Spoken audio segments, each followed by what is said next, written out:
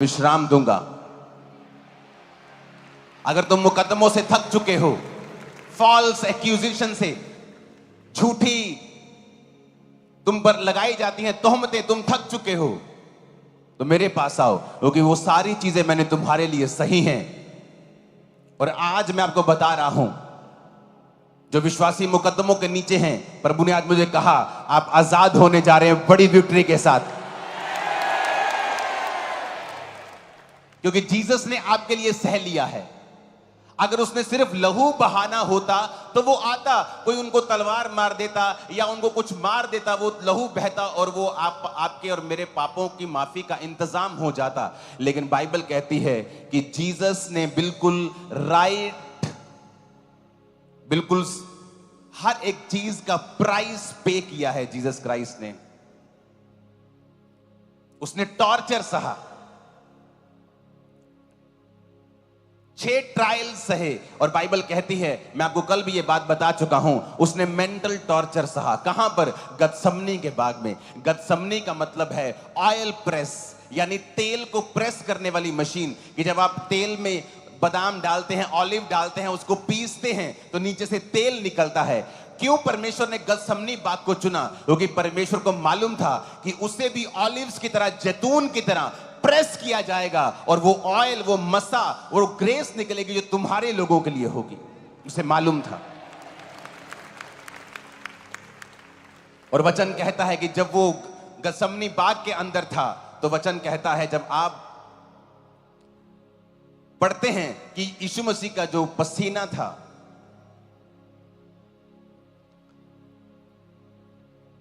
वो ब्लड से मिलकर आ रहा था। लोगों को लगता है कि लिखा है कि खून की तरह, कि वो एक शायद मुहावरा है कि यार खून पसीना एक करता आपा, मतलब बहुत मेहनत की।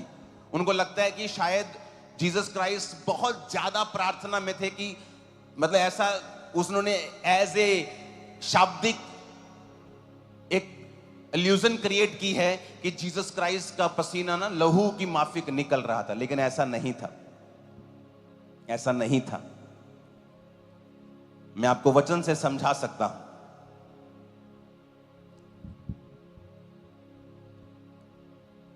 अगर आप भजन संहिता पढ़ेंगे ना, उसकी 12 से 18 में लिखा, बहुत से सांडों ने मुझे घेर लिया है, बशान के बलवंत सांड मेरे चारों ओर घिरे हुए हैं। वे फाड़ने वाले और गर्जने वाले सिंह के समान मुझ पर अपना मुंह पसारे हुए हैं। मैं जल के समान बह गया, मेरी हड्डियों के जोड़ उखड़ गए, मेरा हृदय मोम हो गया, वह मेरी देह के भीतर पिघल गया, मेरा बल टूट गया, मैं ठीकरा हो गया, मेरी जीभ मेरे तालू से चिपक गई, और तू मुझे मारकर मिट्टी में मिला देता है।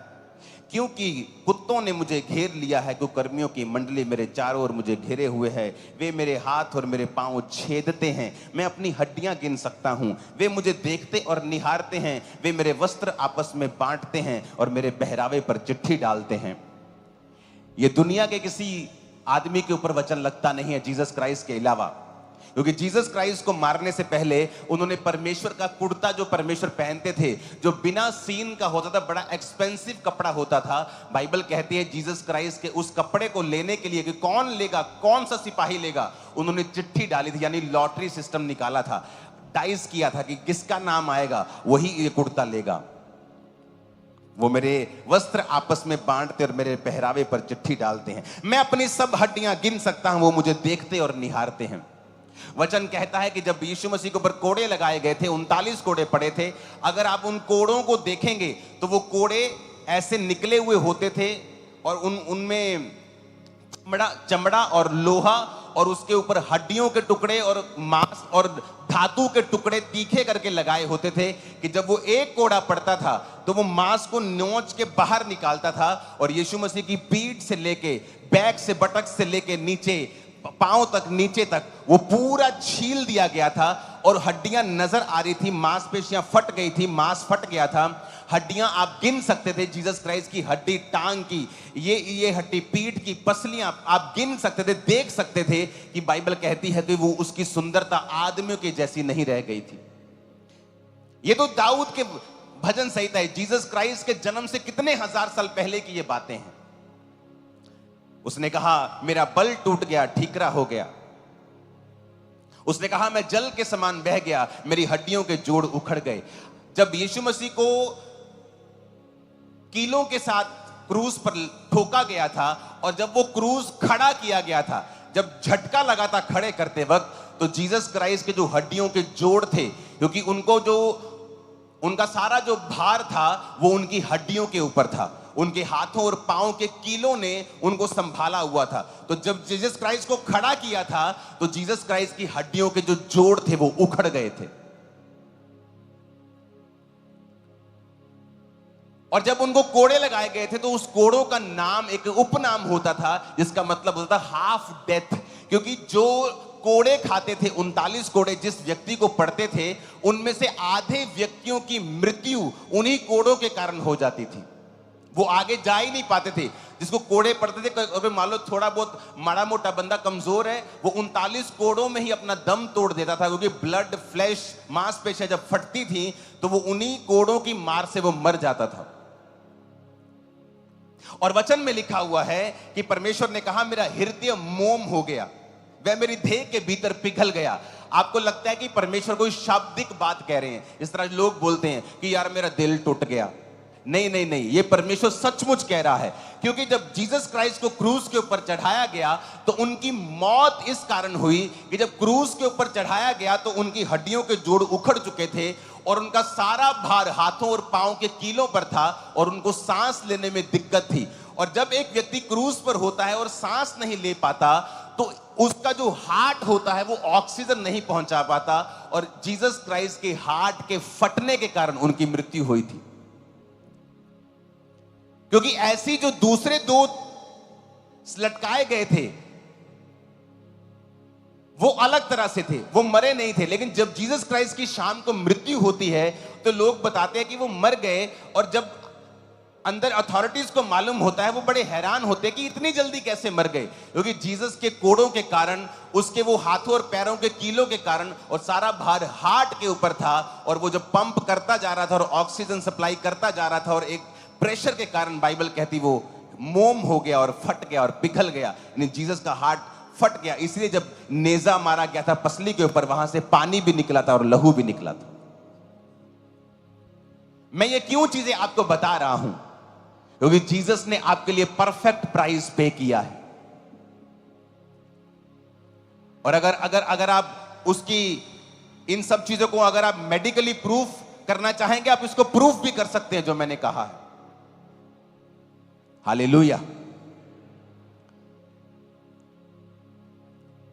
और जब जीसस क्राइस्ट के ब्लड पसीने से निकल रहा था, जब गethsemane बाग में थे, उसका मेडिकल नाम है हेमाटिड्रोसिस। हेमाटिड्रोसिस जिसमें लिखा है tiny blood vessels in the skin break open, कि जो ब्लड वेसल्स हैं आपकी स्किन के छोटे छोटे, blood inside them may gate squeezed out through sweat glands, कि जो पसीने वाले ग्लैंड्स हैं ब्लड उनमें चला जाता है और वो फट जाता है और स्किन के स्ट्रक्चर से वो बाहर आने लगता है। इसका नाम है, और वही जीसस को हुआ था।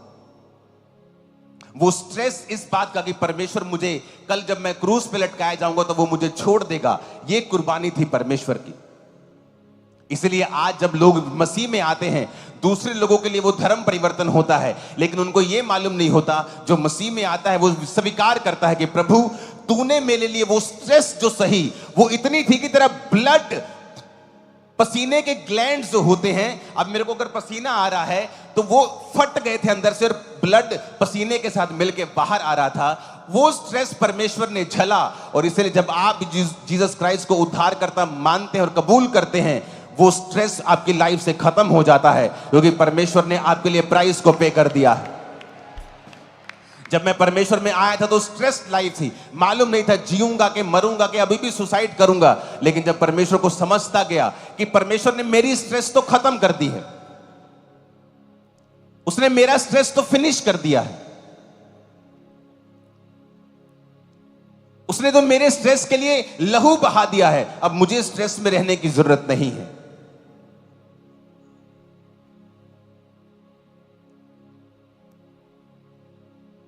उस पे 6 मुकदमे चलाए गए, सारे इल्लीगल थे, उन्हीं के मुताबिक इल्लीगल थे, लेकिन परमेश्वर ने उन मुकदमों को सहा, वो मारा गया और तीसरे दिन शैतान का तमाशा बना के वो जी उठा। और मैं आपकी लाइफ के ऊपर आज भविष्यवाणी कर रहा हूं कि आपके मुकदमों का परमेश्वर तमाशा बनाने के लिए जा रहे हैं इसी साल और अगले साल। और कोई दुनिया की ताकत आपको हरा नहीं पाएगी यीशु मसीह के सामर्थ्य नाम, क्योंकि जीसस ने इल्लीगल मुकदमे हमारे लिए सह लिए, उसने स्ट्रेस हमारे लिए सह लिया है, बीमारियों के लिए कोड़े खा लिए हैं। बाइबल कहती है यशाया 52 उसकी 14 आयत में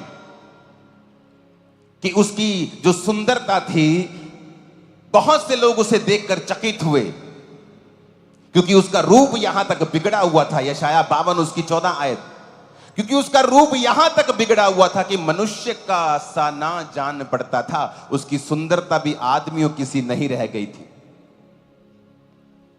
आपकी लाइफ खराब हो जाती है कई बार। किसी की मैरिड लाइफ खराब होगी, उसके पति ने उसकी जिंदगी को खराब कर दिया, हराम कर दिया, खत्म कर दिया। किसी के पार्टनर ने, बिजनेस पार्टनर ने उसको खत्म कर दिया, उसको फंसा दिया।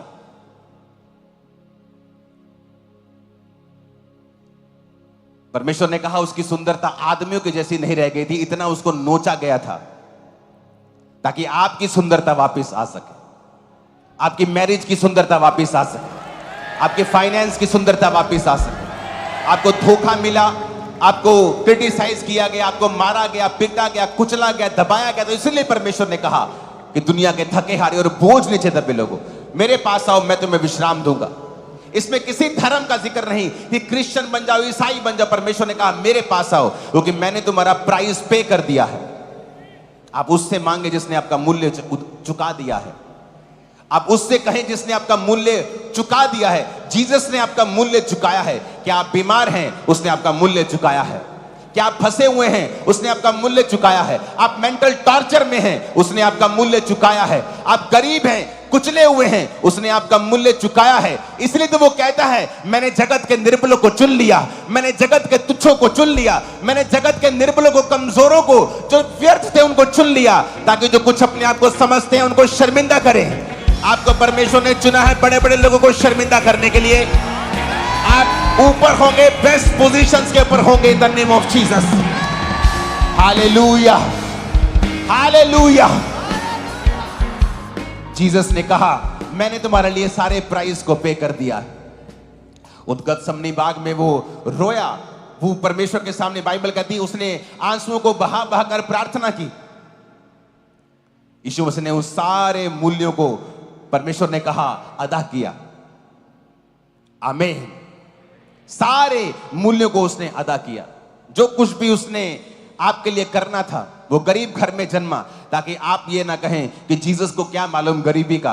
वो बीमार रहा उस क्रूस के ऊपर ताकि आप ना कहें जीसस को बीमारी का क्या मालूम।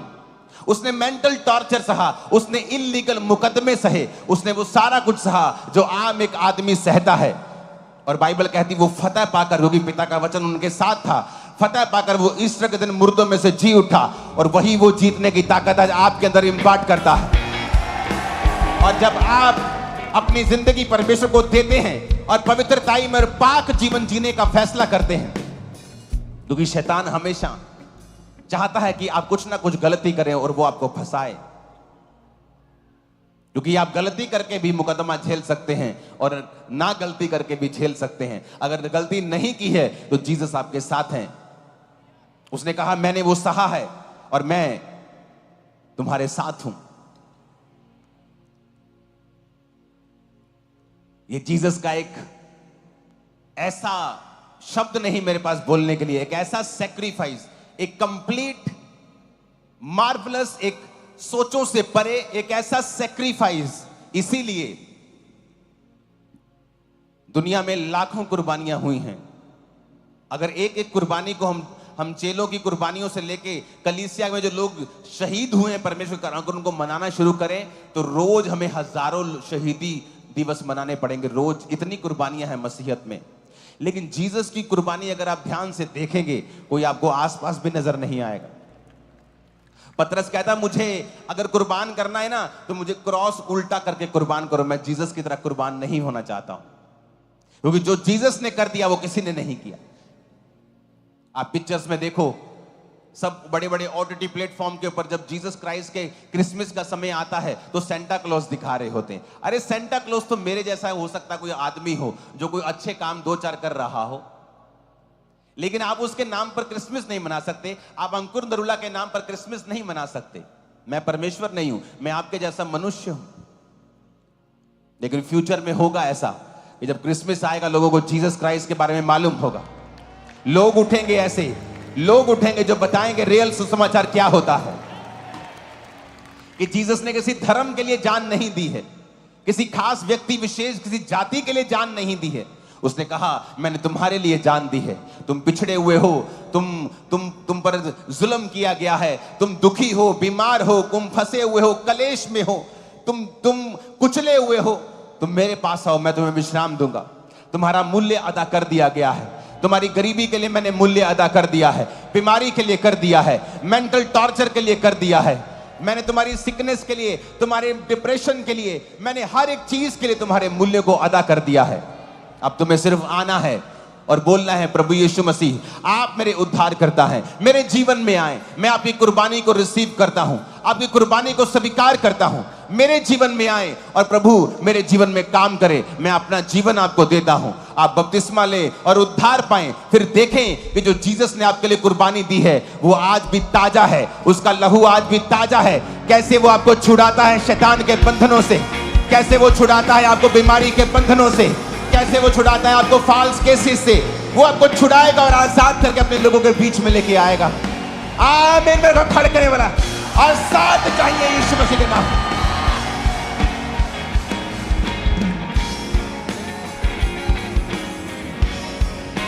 आमीन। Hallelujah, hallelujah. उसने कहा मेरा हृदय पिघल गया।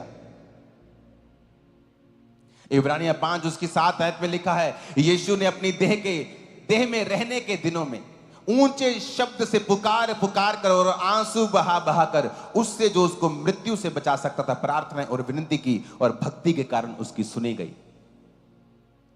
हमारा एक्सेस नहीं था परमेश्वर के सामने। यहूदी लोग तो दूसरे लोगों के पास भी नहीं जाते थे। अन्य जातियों को तो परमेश्वर को के पास जाने की भी इजाजत नहीं थी। लेकिन जीसस ने कहा अब्राहम की आशीष सब तक पहुंचेगी। मैं इसलिए आया हूं कि सब जातियों को अपने पास खींचो। स्वर्ग में लिखा हर एक जाति, हर एक कुल, हर एक भाषा में से एक बड़ी भीड़ व्हाइट कपड़ों को डाले हुए परमेश्वर की सेवा कर रही है।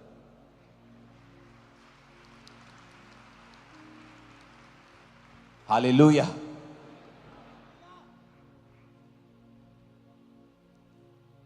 अपने हाथों को उठा।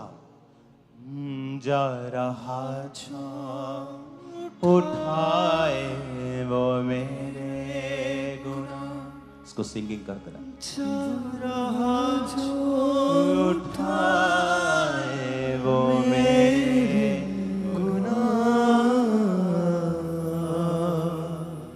कोड़ों के निशान करते हैं बयां, कोड़ों के निशान करते हैं बयां।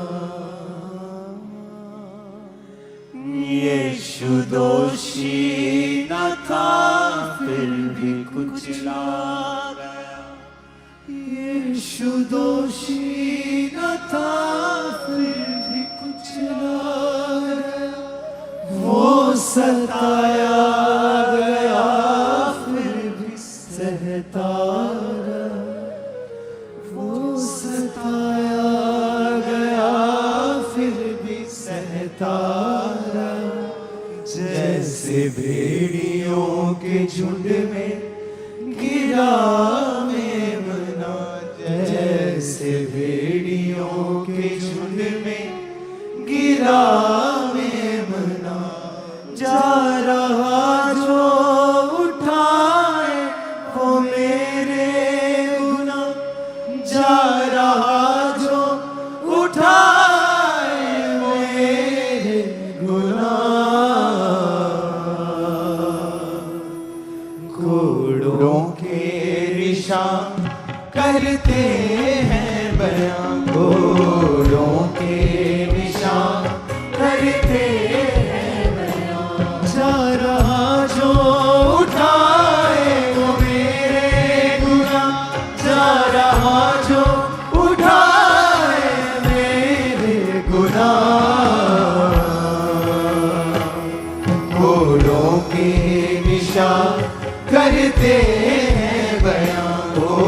जोड़ों पे निशान करते हैं बयां। सारा